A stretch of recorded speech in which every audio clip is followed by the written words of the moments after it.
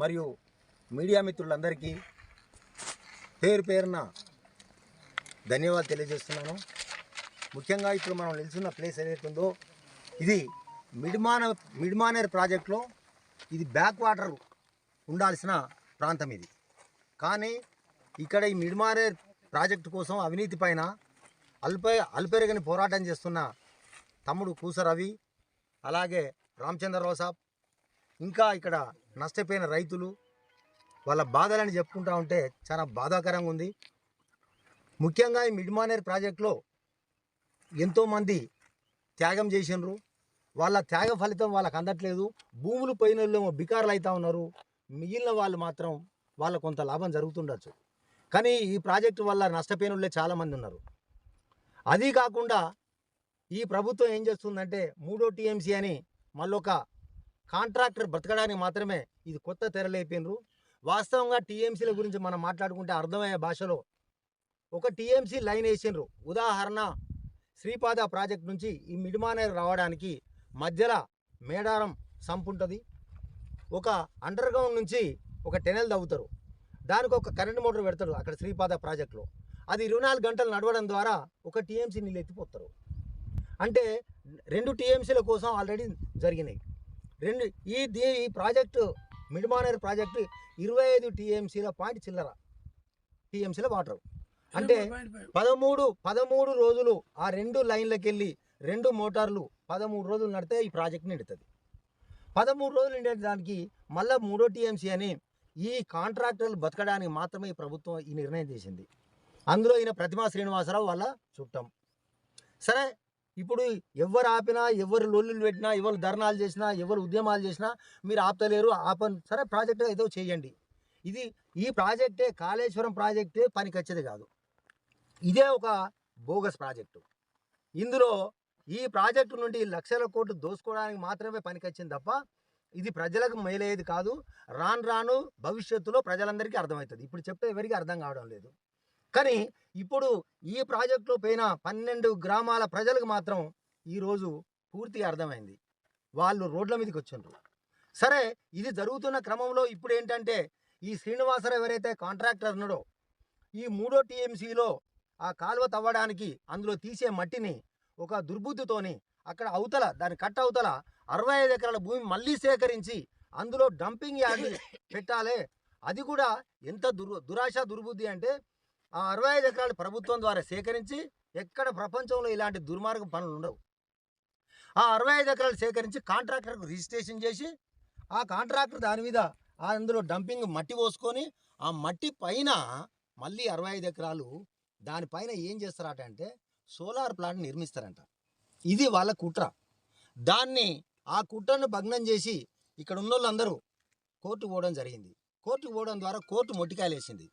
ఏమయ్యా, మట్టి పోయడానికి డంపింగ్ యార్డు కోసం 65 ఎకరాలు 3 పంటలు పండే భూములను మీరు లాక్కుంటారు అనగానే అది స్టే చేయడంతో ఆగింది.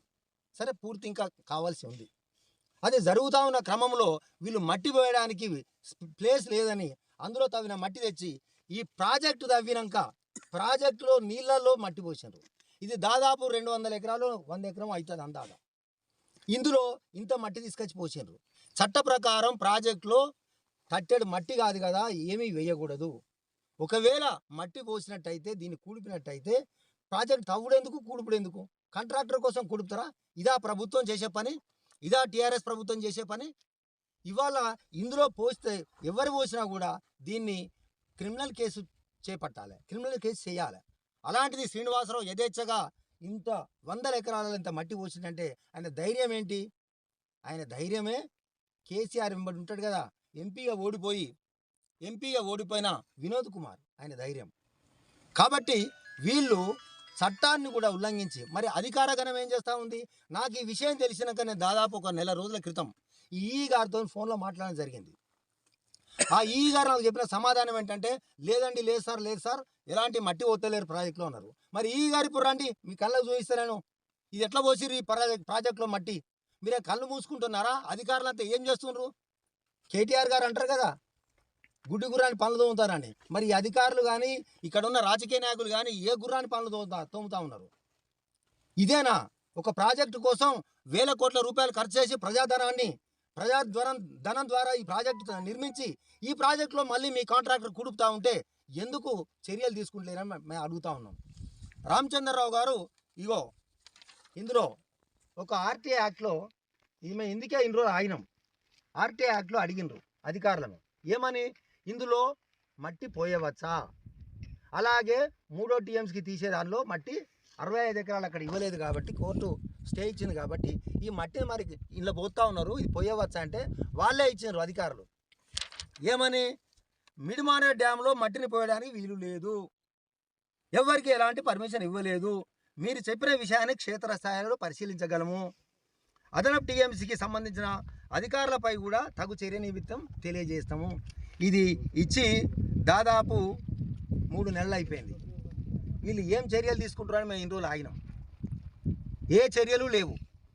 కాబట్టి మేము ఇప్పుడు ఈ ప్రభుత్వాన్ని డిమాండ్ చేసేది ఏంటంటే దీనికి బాధ్యులైన ఇరిగేషన్ అధికారుల పైన, కాంట్రాక్టర్ పైన మరియు నిర్లక్ష్యం వహించిన మిగతా అధికారులందరిపైన కూడా క్రిమినల్ చర్యలు చేపట్టాలి. మేము దీనితో ఏదో ప్రెస్ మీట్ పెట్టి ఊరుకునే స్వభావం కాదు.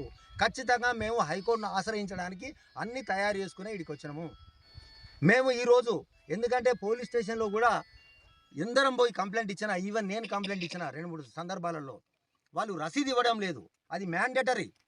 పిటిషన్ తీసుకున్న తర్వాత రసీదు ఇవ్వడం అనేది మ్యాండేటరీ, కానీ ఇవ్వడం లేదు. వాళ్ళు కేసులు రిజిస్టర్ చేయట్లేదు. ఓన్లీ టీఆర్ఎస్ వాళ్ళు మాత్రం ఇస్తే వాళ్ళు చెప్తే మటుకు డెఫినెట్గా అన్యాయమైన కేసులు కూడా చేయడానికి వాళ్ళు ముందుకు వస్తారు. కాబట్టి ఇప్పుడున్న సిరిసిల్ల ఎస్పీ గారికి రిక్వెస్ట్ చేస్తా ఉన్నాం. ఎస్పీ గారు మంచి ఆఫీసరు, ఆయన మంచి ఆఫీసర్ అని తెలిసింది కూడా మాకు. వారికి మేము పోస్ట్ ద్వారా ఇప్పుడు ఇగో ఈ మట్టి పోసినందుకు ఈ కాంట్రాక్టర్ పైన, ఇరిగేషన్ అధికారుల పైన, సంబంధిత రెవెన్యూ అధికారుల పైన కూడా క్రిమినల్ చర్యలు చేపట్టాలని మేము పోస్ట్ ద్వారా వారికి రిప్రజెంటేషన్ పంపడం జరుగుతుంది. కన్సర్న్ పోలీస్ స్టేషన్ కూడా పంపడం జరుగుతుంది. డిఎస్పీ గారి ఆయన కూడా పంపడం జరుగుతుంది. అనంతరం మేము హైకోర్టును అప్రోచ్ అవుతాం. హైకోర్టులో దీనిపై